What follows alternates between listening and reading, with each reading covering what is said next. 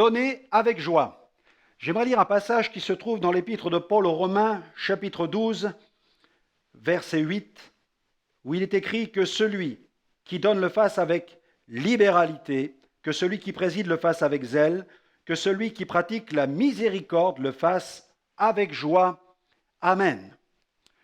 Au cours d'une visite dans un pays africain, j'ai rencontré un Français expatrié qui a fait fortune en créant plusieurs sociétés.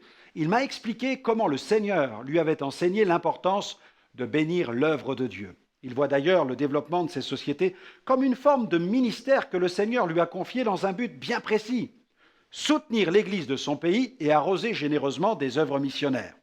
Je vous avoue que des hommes d'affaires avec une telle vision ne courent pas les rues. Il nous faut prier pour que le Seigneur lève de tels canaux de bénédiction afin que la bonne nouvelle se répande davantage. S'il est vrai que la nature de ces offrandes et la façon de les verser varient en fonction des pays et des cultures, elles sont toujours apportées dans les assemblées dans le but de faire prospérer l'Évangile. Elles servent à l'entretien du temple, l'Église locale, et contribuent aussi au développement de l'œuvre d'évangélisation hors de l'Église locale.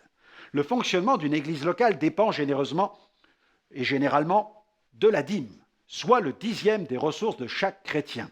De plus, les croyants sont appelés à faire des libéralités, c'est-à-dire soutenir des projets qui dépassent le cadre de leur assemblée locale.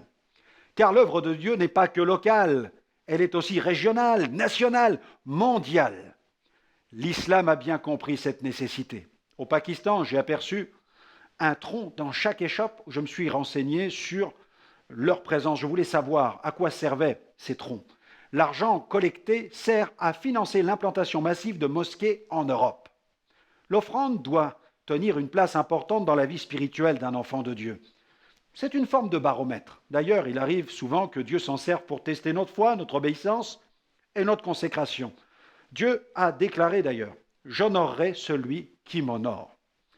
Alors que dans une assemblée, je venais de donner un enseignement sur l'offrande, un chrétien voulut me partager son témoignage. Il n'était converti que depuis quelques mois, alors que son épouse était chrétienne depuis bien des années. Il m'a raconté qu'au début de sa conversion, il avait eu la plus grande peine à mettre en pratique l'enseignement sur la dîme, mais qu'avec le temps, il avait fini par comprendre que c'était non seulement la volonté de Dieu, mais aussi une excellente manière de l'honorer. Quand il a décidé de mettre la dîme en pratique, il a reçu une bénédiction qui a dépassé toutes ses espérances. En effet, il a fait l'acquisition d'un commerce. Tenir un commerce avait été jusque-là un rêve inaccessible pour ce couple. Mais pour lui, il n'y eut aucun doute. Cette acquisition fut le signe de l'approbation divine sur sa décision de donner la dîme au Seigneur. Attention, il ne versa pas la dîme dans le but d'obtenir ce commerce. En effet, lorsqu'il prit la décision d'honorer Dieu et de respecter sa parole, il n'avait aucune arrière-pensée.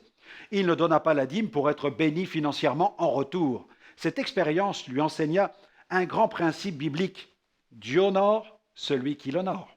L'apôtre Paul a cherché à aiguiser la vision des chrétiens dans le domaine des offrandes. Il fut même à l'origine de ce qu'il appelait la collecte en faveur des saints. En effet, celle-ci avait pour but de venir en aide aux églises en difficulté. N'hésitons pas à donner avec joie au Seigneur pour l'avancement de son règne. J'aimerais vous recommander cette prière pour aujourd'hui. Merci Seigneur pour la joie que tu me donnes de pouvoir te rendre la dîme de tout ce que tu me permets d'avoir dans ta grâce, de pouvoir te faire des offrandes avec joie.